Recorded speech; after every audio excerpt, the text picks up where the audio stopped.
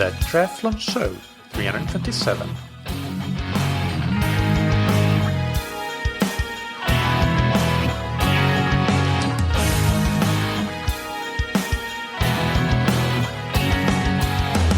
Hey, what's up everybody, and welcome back to another episode of That Triathlon Show, the podcast presented by scientifictriathlon.com. I'm your host Michael, and on today's episode I interview Olli-Pekka Nuuttila. Olli-Pekka is a doctoral researcher at the University of Jyväskylä, and he has recently published a very interesting study comparing using block training, meaning a 2-week block of either increased volume, increasing your volume by 70% over baseline, or increasing intensity to 5 interval sessions per week. So we're really comparing two extremes in terms of volume increase or intensity increase here. But the findings are really, really interesting, and we discuss them and how they can be applied in the real world. But before we get into that, big thanks to our sponsors, Precision Fuel and Hydration.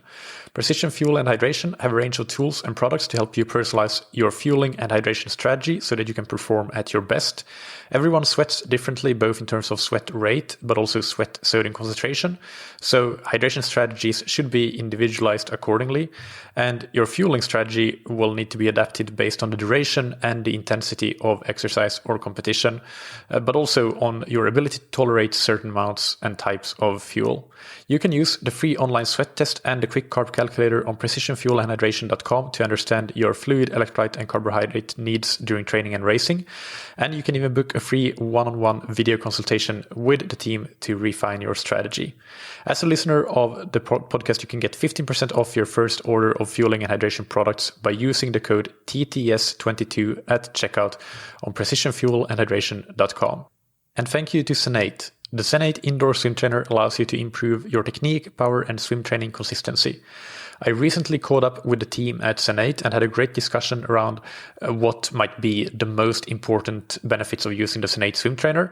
And consistency is an obvious one, but another one that came up in our talk was your catch, so the catch phase of your swim stroke.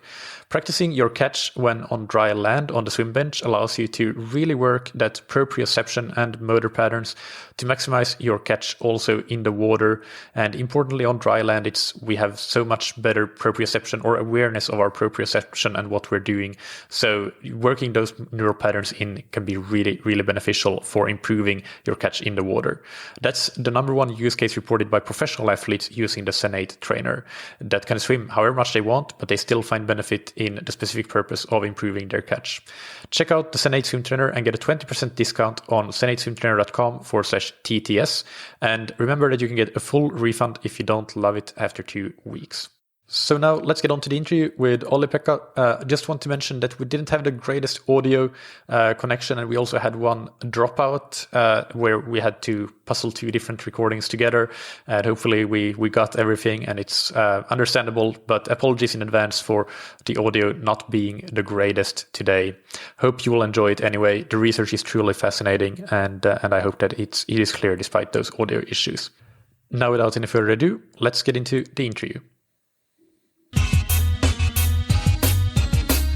Welcome to the Triathlon Show, Olli-Pekka. How are you doing? Thank you. Well, I got a little flu last weekend, but hopefully you can hear my voice despite that. Yeah, yes, we can, and hopefully this won't be too stressful, and the voice will make it through the interview. Can you tell us a little bit more about yourself, your academic background, and as well if you have any background in endurance sports or other sports? Yes, so currently I am doctoral researcher at the University of Jyväskylä, and my research topics are mainly related to endurance training and endurance training monitoring and recovery monitoring. And so I'm currently doing my PhD thesis. I have already published 3 out of 4 papers, and in fact I just yesterday submitted my last one. So let's see how that one goes, and the goal is to finish my doctoral studies at the end of this year. Well, that's exciting. Hopefully everything goes well with that last paper and dissertation. The reason that I first got to know about your research was a paper called Physiological, Perceptual, and Performance Responses to a 2-week block of high versus low intensity endurance training. And I found it a really interesting study and a very practical question that hasn't really been answered too much. So because quite often we compare volume matched interval training versus just non-interval training, steady endurance training, but very rarely you see that's not really how it works in the real world. In the real world, if you train easier, you can also train more. So that's kind of what this paper was trying to answer. Can you tell us a bit more about the background to this study? What has there been previous research like this, and what was there any other purpose than just figuring this thing out that I already talked about from my perspective that led you to do this study? Yes, I find it always very interesting to compare the effects of volume and intensity on recovery and training adaptations and so on. And with this research we are talking about, we tried to find answer to some questions I think haven't been solved previously. And as you said, there are not too many studies done previously that have compared this type of blocks where training has been exclusively low intensity training and high volume, or then this type of high intensity interval training and volume has remained similar. So I think that's the value of this study, because there was that great contrast between these groups. Yeah. Did you have any hypothesis going in based on maybe not comparative studies, but just general knowledge from how participants usually react to intensifying training or increasing the volume? Did you think that one group was going to perform better than the other, or was it really not clear at all what was going to happen? I think that high intensity block training has been more examined than low intensity training, and based on those studies it was kind of expected that maximal endurance performance would improve followed by that training period. But then it wasn't that obvious what would happen after this type of high volume training. And typically, if volume has been increased, it has been increased via both high intensity training and low intensity training. So this was kind of unanswered question also, how would this type of volume increase only via low intensity training effect? Yeah. So let's get into some of the details around the study and the methods. So maybe we first start with what were the outcome measurements, the performance and biomarkers and so on. Can you discuss the outcome measures that you assessed? Yes. So 3,000 meter running performance was the main and the only endurance performance test that we did. It was done on indoor track. And then about the recovery markers, we measured heart rate variability and heart rate during night. And on the same days we did 3,000 meter running tests, we also assessed resting hormone levels and also collected nocturnal urine sample before the test day. And then we also analyzed subjective recovery every day, how the participants felt about their readiness to train, fatigue, muscle soreness, stress, sleep quality. And then, of course, during all training sessions, participants wore heart rate monitors and GPS data was also collected. And the participants, can you describe, first of all, how many participants did you have, and what were the demographics and the level of the participants? Yes, so in the final analysis, we had 15 participants per group, and there were males and females both in both groups. If I remember correctly, there was 9 males and 6 females in both groups. So, and their level, they were recreational athletes, so they all were used to regular running training and have that kind of background that they have already been doing endurance training. And their, I think VO2 max was about 50 milliliter per kilo per min. Yeah, and their baseline time for 3,000 meters was 12 and a half minutes, more or less, in both groups as well. Yeah, and of course, because there were males and females, males ran typically a bit faster than females. So I think for males, for example, it was about 11, the baseline for the 3,000 meter test. Yeah, and the same would apply for VO2 max. I guess maybe the males were, I don't know, 55 or something. Yeah.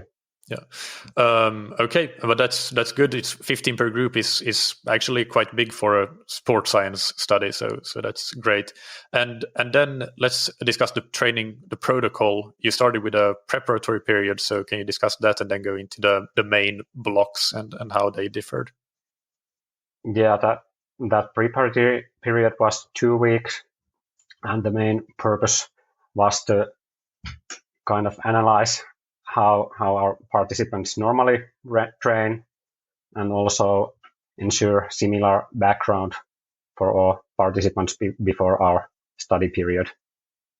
And participants were advised to continue their regular training in terms of volume, but intensity was mainly only below first lactate threshold, but one interval session was done to familiarize with that kind of training.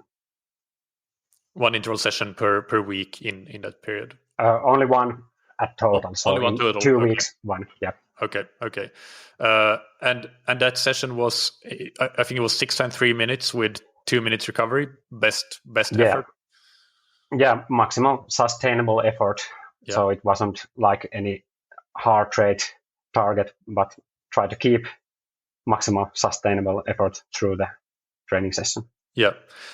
So let's then discuss the actual study period and the training that was done there. So in the interval group, what was the training protocol like during this period? Both groups have 5 weekly main sessions, and in interval group, they were all those 6 times 3 minute intervals you mentioned. And so they performed 10 interval sessions in total in 10 weeks. And if participants were in how many weeks? 2 weeks. 2 weeks. Yeah. So 5 sessions per week. Yeah. And if participants were used to do more than 5 sessions per week, then those were also incorporated to training program as low intensity session or active recovery. But all participants had at least one rest day on the week.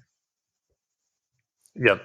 And then the volume group, what did their training look like? They increased their training volume from the baseline by 70%. And they also had those 5 supervised main sessions, and there were 4 so-called basic sessions and 1 long distance session. And on average, this long distance session was slightly above 20 kilometers. I think it was 21 kilometers on average, and the basic session was 13 kilometers. Yeah. I have the table with the training stats in front of me, and looking at the preparatory period first, both groups trained. They trained about 5.5 to 6 hours, more or less, per week, and which was basically 45 kilometers on average per week. Yeah. Then but then in the interval group in the study period, they still trained. Well, they trained a little bit less, 5.2 hours, but 50 kilometers. But the volume group went from 5.4 hours in the preparatory period to 9 hours in the study period, and their running volume in kilometers went from 45 kilometers to 77 kilometers to give the listeners an idea of what that looked like in practice. Yes. Okay. So, and at what point did you do the test? Well, you also had a recovery week, which we should mention after the study period. So, what did that look like? So, testing days were performed four times in total during the study period. There was that kind of control test before the preparatory, then pre-test, like the baseline tests, where then between the prep and block period, there was the first recovery week, in fact, after the prep period.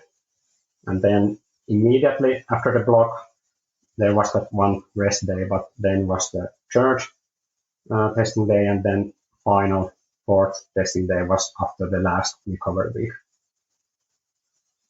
Got it. And what did the recovery week look like? How much did volume and intensity reduce? It was minus 50% from the baseline, and it was similar. Both recovery weeks were similar, so that minus 50% wasn't from the block, but it was from the baseline of each individual. And only low intensity? Yeah, only low intensity training. Okay. So then let's get into the results. First, we can discuss the performance changes. So the 3,000 meter test, what happened in both groups? Yes, so both groups improved their 3,000 meter performance immediately after the block. And there was no difference between the groups. So it was almost surprisingly similar. If we look at percent change, it was about -2 in interval group and about -1.5 in volume group, so pretty similar. But I think in that article, it's interesting to look also the differences between individuals. There is that figure 2 where individual changes are illustrated. So there, yes. In both groups, there also were few individuals who did not improve, but that change was significant. Of course, most of the participants improved their performance. So looking at the individuals, it seems like in the volume group there were more people that had a smaller improvement that you could call non-responders, and in the interval group you had maybe 2 non-responders, but the rest were all responding well and improved significantly. Yeah, that is true, that there were more kind of trivial responses in volume group compared to interval. Yeah. And what about other than the performance mark? Oh, so that was so. Did we discuss already? Sorry, did you said the test results after the recovery week and immediately after the right? Just immediately, but then after the recovery week, there in fact was no significant difference between the immediately after and the after recovery week. But of course, the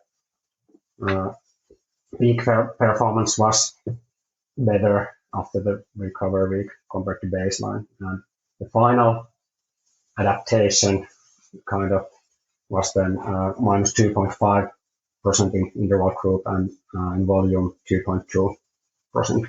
And if we change these to seconds, it was 19 seconds in interval and 17 in volume. Okay.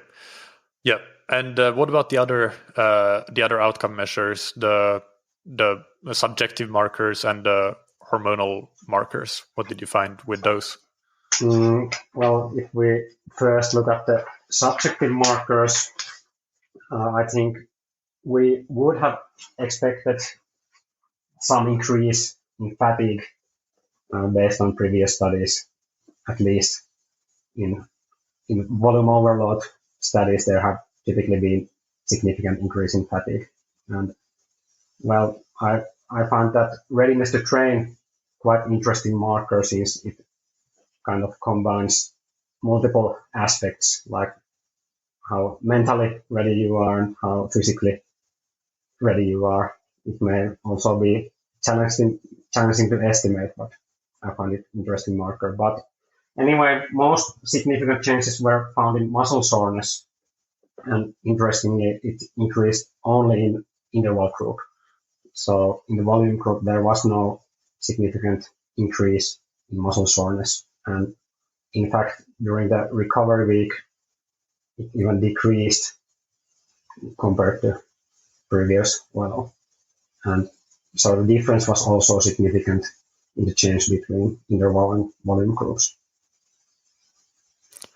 Yeah, and the biomarkers or hormonal markers and so on? So in hormones, I think most interesting finding was the change in noradrenaline, which increased in interval group. And it was also interesting that it remained elevated also after the recovery week. There basically was no change during that. So it seems that it may take quite a long period to fully recover from that kind of training. And so in volume group, there was no that kind of change in noradrenaline or any other hormones which we measured. Yeah, perfect.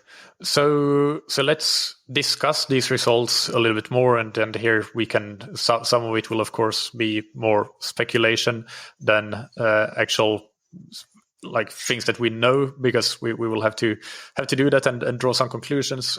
But what do you think? What is your basically your conclusions from all of this when it comes to how these results can be applied for endurance athletes at a high level? What would you say is the main takeaway? Well, first of all, I have to say that I was kind of surprised how well these recreational athletes tolerated both of these blocks. And if we think about higher caliber athletes, I think they probably would tolerate it even better than recreational athletes. So it seems that this type of blocks could be pretty effective method to improve maximal endurance performance, and also quite rapidly. Yeah. 2% in 2 weeks in a 2-week block plus a recovery week. That's really good. 2% is a lot in endurance sports. So so that's great. What about when comparing the two groups? So of course we had a non-significant difference between the volume group and the interval group. But that being said, as we talked about a little bit, you had more trivial responders in the volume group, but on the other hand, you had more perhaps negative other markers in terms of subjective markers and biomarkers in the interval group. So what can we say about which type of training is right at which point in time? Like, when might it be better to do high intensity training? When might it be better to do a volume training in terms of these types of blocks? Yes. First of all, it's obvious that you can't do this type of interval training through the whole training season. And this 2-week block was already quite big. And in previous studies, there also have been like 7-day shock microcycles. And I think if we have shorter interval blocks, that may also decrease the likelihood of those negative responses we found in our study. And then on the other hand, as it seemed that high volume training was better tolerated, it may be possible to do even longer volume periods that we used in this study, like 3 to 4 weeks. So and about the individual responses, as you said, I think if I have to choose between these two groups, and the main target is to improve maximal performance. Of course, it looks like that interval training is more likely to improve, like not just trivially, but significantly your performance. Yeah, and that's very much aligned with what, for example, a lot of taper research has shown already, that when you're tapering, you do want to have that high intensity in your training, even when volume goes down. So it's not really surprising. I think what could be interesting is to see could the interval group have gotten the same results with maybe 3 interval sessions per week instead of 5 per week, or what is the minimal effective dose of intervals? Yeah. But of course, there's a lot of things that could be looked into further and further. Yeah, and well, about those individual responses, another interesting finding was that there were even 4 individuals in the interval group that impaired their performance after the recovery week, which was kind of weird, and you would not expect that kind of result. Yeah. About the recovery week, what do you think about that? Because you said that there was no significant difference in performance after the recovery week compared to immediately after the block. But there was a non-significant difference, though. So I can't remember what the numbers were, but in the interval group, for example, it was 2% after the block and 2.5% after the recovery week. So even though it's not statistically significant, there might be a bit of a trend that the recovery could help on average, with all the caveats of individual differences and so on. Of course, but what do you think? What do you think about the recovery week in general there? Yes, I think one reason for those weird responses may have been that they have already needed some interval sessions during the recovery week, because typically it is suggested to have like maintained intensity despite volume is decreased during tapering. So as we did now, high intensity sessions, only low intensity training, it is possible that there was already some kind of detraining effect, especially in that interval group, when they were like accustomed to perform very, very high frequency, high intensity sessions. And I think most of those individuals who impaired were kind of high responders on those immediately post-test. So they were like capable to tolerate the heat block very well, and almost from interval session to interval session improve their performance. Yeah, that makes sense that if the recovery week would have included some intensity, then maybe that would have achieved the best of both worlds almost. Yes. Other than that, what comes to mind to you when you, like, if you were coaching or advising an athlete, how would you incorporate these kinds of very specific blocks, or would you do it more traditionally with maybe a mix of both and more steady volume? What's your thinking around that? Well, I don't think I would do throughout the year this type of very, very focused blocks, like only low intensity training or only high intensity training. But I think it's not that much studied how these type of blocks would work in long term. I know only from one case study from Rennestad et al. From cyclists who did like low intensity block, moderate intensity block, and high intensity blocks during 1 year, and those results were very interesting. So it would be nice to study that kind of aspect, how it would be if we like alternate these type of blocks between volume and intensity. But perhaps this type of at least interval blocks could be effective when you are peaking for your performance. And I think that is like the most obvious use of that kind of block. And then about the volume blocks, for example, training camps are examples when it would be easy to do that kind of high volume training and high quality sessions in group environment. Yeah, that makes sense. Makes sense to me, and also because the markers of recovery and so on were better, then you could potentially have more of those volume blocks even in a long base training part of the year. You could have many training camps where you do a lot of it, and it wouldn't necessarily require as much recovery.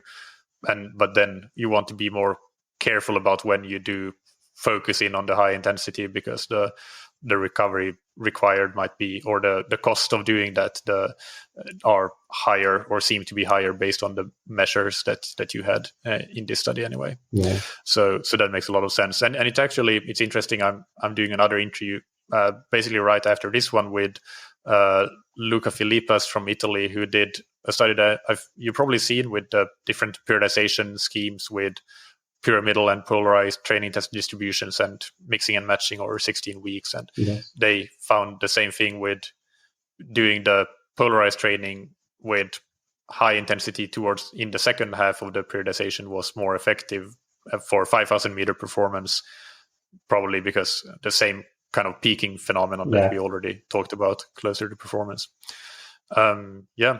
Interesting. So what else have you been doing? This is not on our list of questions, but I'm just curious, what are the other studies that you have been doing as part of your PhD, just in broad strokes? Do you have any highlights that you can share from them? Well, my first study was about comparing different type of endurance training sessions and their acute responses and 24-hour recovery. So we did on the treadmill, low intensity, long distance session, moderate intensity session, high intensity session, which was in fact 6 times 3 minutes as in this one, and then one supramaximal 10 times 30-second interval session.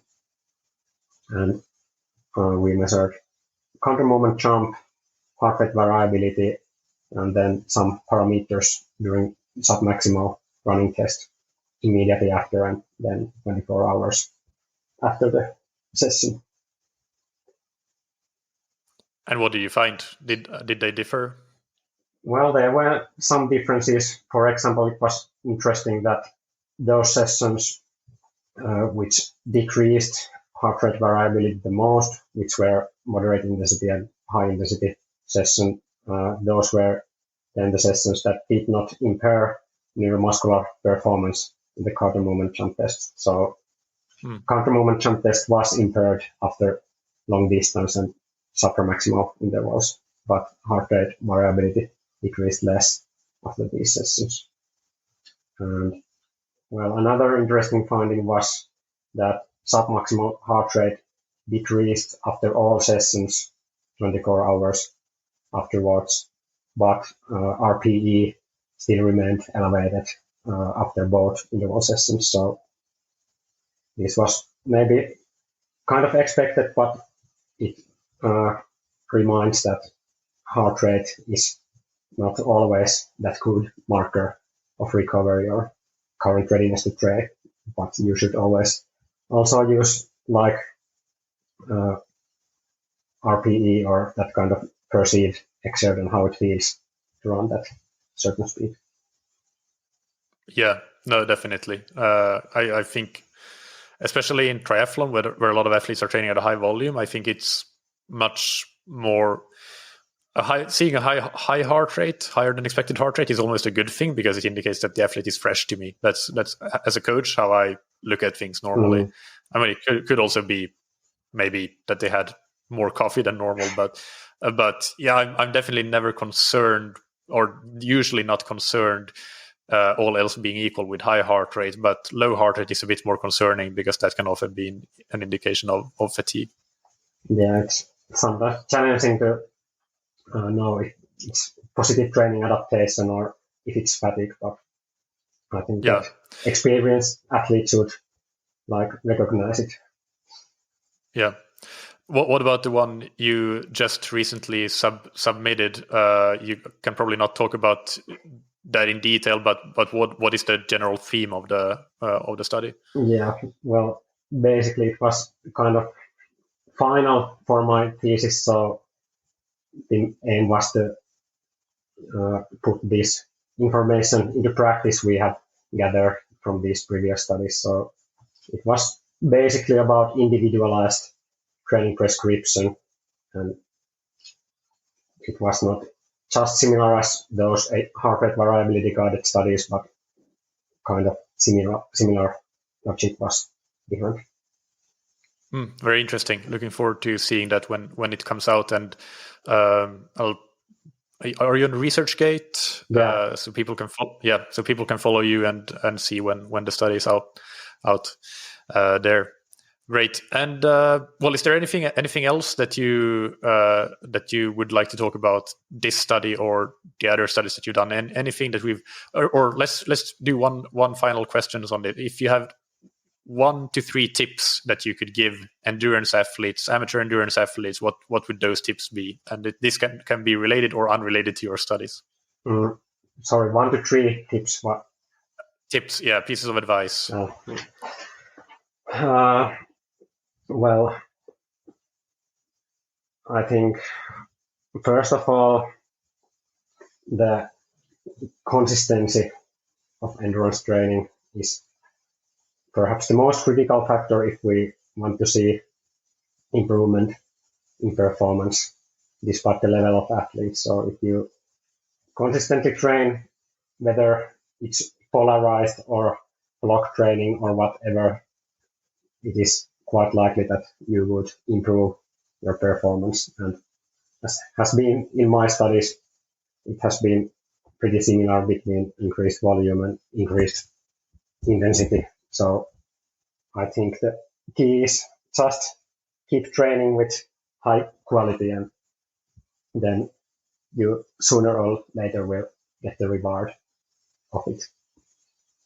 And well, then perhaps about the recovery markers that I have used in my studies, there I would say that you should not rely only on one marker like heart rate variability and only trust what it says, but rather try to get like more broader view. How do you feel? What is your perceived recovery? How is your training going? And also, of course, heart rate variability is also a good marker, and I think it has a clear advantage, but not used alone, but also with other markers. Yeah, that is great. And let's then go into the rapid fire questions. So take just one sentence to answer each of these. And the first one is, what's your favorite book or resource related to endurance sports or science? I noticed that I'm not the only one who have mentioned this, but I think Alex Hutchinson's Endure was very inspiring and eye-opening book for endurance enthusiasts. Yeah, no, I said it many times. It's definitely by far the number one, the number one answer to this question, and for good reason. It's fantastic. What's an important habit that you've benefited from athletically, professionally, or personally?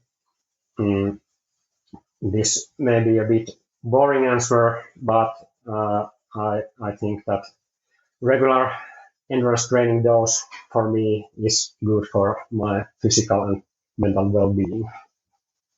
Who's somebody that you look up to or that has inspired you? Well, during my junior athlete years, I would say that Mika Myllylä was definitely my number one idol among endurance sports. And if discussing professionally, perhaps Stephen Seiler is a person who has done lots of very interesting and important work among endurance research. Yeah, Mika Myllylä was one of my heroes as well as a kid growing up and being interested in endurance sports and growing up in Finland as you. Definitely great one.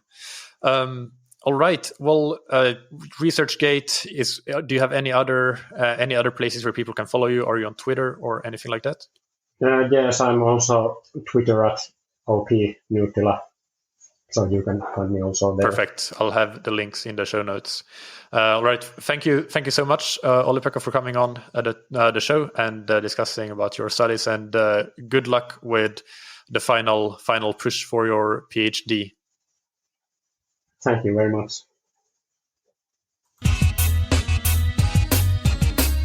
I hope that you enjoyed that interview. As always, you can find the show notes on scientifictriathlon.com with links to Olli-Pekka's Twitter and ResearchGate, as well as the paper we discussed and a previous paper that we also mentioned with the different responses to 4 running sessions, different recovery responses to 4 different running sessions.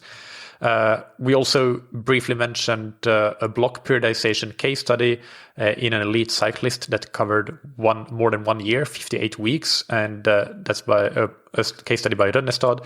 I'll put the link to that as well in the show notes for those that are curious and want to read that paper. Next week on the podcast, I interview Dr. Luca Filipas on a study that he did, which is really interesting, on the periodization and aspects of using pyramidal versus polarized training intensity distributions or the combination of the two. Fascinating stuff. And Luca is also a coach, and we discuss some of his coaching methodology as well. He has some really, really good perspectives and is a great guy to talk to. If you are looking to take your triathlon training to the next level, then please consider having a look at our training plans or coaching services. Check out all the information on scientifictriathlon.com. We've helped hundreds of athletes, and we hope that you can be next and that we can help you achieve your triathlon goals.